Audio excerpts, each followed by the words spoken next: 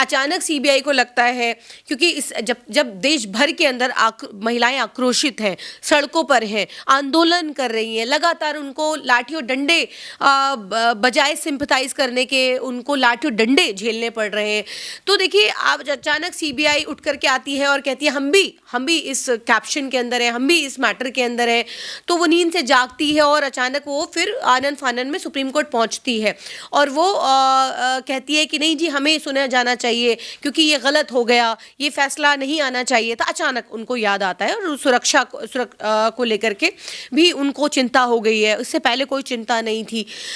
देखिए, कल मुझे कल तो ऐसा कुछ खास नहीं होने वाला, लेकिन कल मिसलेनियस, क्योंकि 2 जजेस बेंच के सामने वेकेशन बेंच के सामने ये मामला आएगा, सीबीआई जा रही है और हम लोग भी सुप्रीम कोर्ट रहेंगे और कल तो कुछ ऐसा खास नहीं होगा, लेकिन हाँ, दूसरी हियरिंग पर, क्योंकि अभी वेकेशन बेंच के सामने है तो बहुत ज़्यादा कुछ ऐसा नहीं होने वाला। लेकिन हाँ, हम चाहते हैं कि ये जो फैसला आया है, जो कि सज़ा को निलंबित करके ये बेल दी गई है कुलदीप सिंह सेंगर को, ये बेल जो है ये खारिज होनी चाहिए और इस तरीके के फैसले इस कोर्टों से नहीं आने चाहिए, पुनः इस पर विचार होना चाहिए।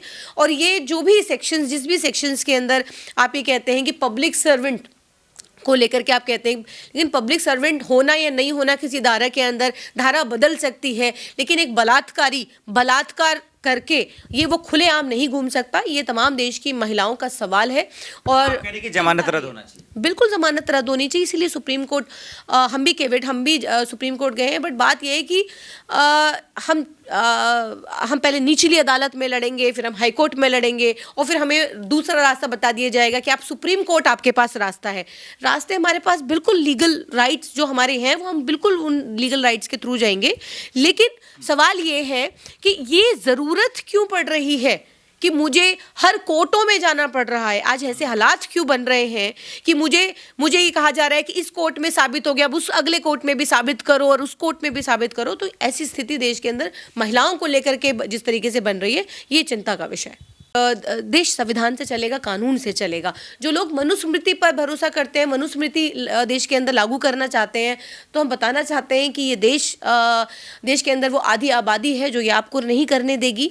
और इस लड़ाई को हम जिस स्तर से भी पर भी ले जाना चाहेंगे, ये लड़ाई और इस लड़ाई को लड़ेंगे और इनको सिस्टम से, ऐसी मानसिकता को सिस्टम से उखाड़ फेंकने का काम करेंगे। एक आखिरी सवाल जो बहुत बड़ा, मेरे लिहाज से तो बहुत बड़ा है कि उन्नाव पीड़िता के साथ जो लोग हैं वो तो ठीक है, चाहे ऑफ द कैमरा या ऑन द कैमरा है, वो तो है।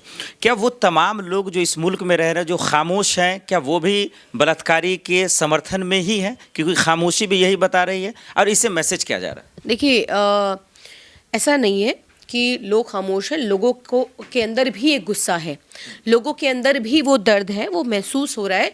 लेकिन देश की मीडिया, लोग जो सोशल मीडिया पर जो एक पूरी जमात है, वो जमात ऐसी जमात है कि जो लोगों के अंदर एक गलत मैसेज सर्कुलेट करने का काम कर रही है, जो कि कहीं ना कहीं केस को डाइवर्ट दूसरे एंगल पे कर रही है।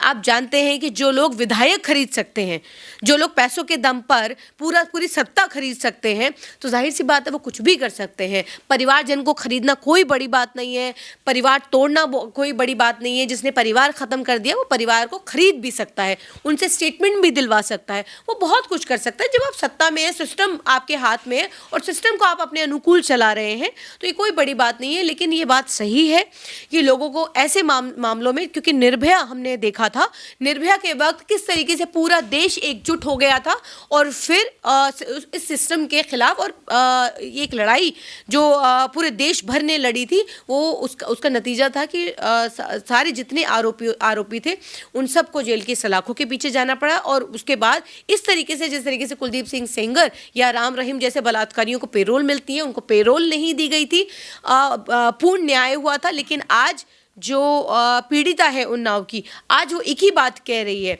कि वो ये कह रही है कि ये सिर्फ मेरी बात नहीं, मेरे साथ जो होना था वो हो गया, लेकिन ये देश की बेटियों का सवाल है। तो वो आज सिर्फ अपने लिए नहीं लड़ रही है, वो देश की बेटियों के लिए लड़ रही है, देश की बहनों के लिए लड़ रही है। तो ऐसी बहन को सलाम है जो इस लड़ाई को इतनी मजबूती से, इतना कुछ हो जाने के बाद इस मजबूती से लड़ते हुए वो यहाँ तक पहुँची हैं।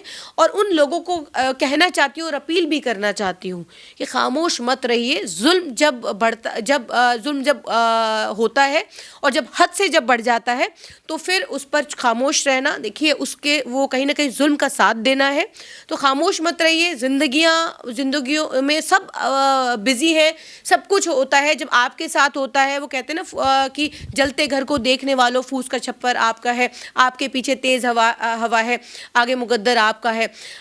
उसके कत्ल पर मैं भी चुप था, मेरा नंबर अब आया, मेरे कत्ल पर आप भी चुप हो, अगला नंबर आपका है। तो देखिए आपको नहीं मालूम, आज आप एक बेटी के लिए खामोश रहेंगे, कल को कोई और बेटी होगी, कल को कोई और बेटी होगी। इनके घर में माँ बहन बेटियां है नहीं है, दर्द इनके अंदर है नहीं है, मुझे नहीं मालूम, क्योंकि इनके पास सत्ता है। इनको पता है कि इनके पास वो तमाम चीज़ें हैं, तमाम संसाधन हैं, तमाम चीज़ें हैं।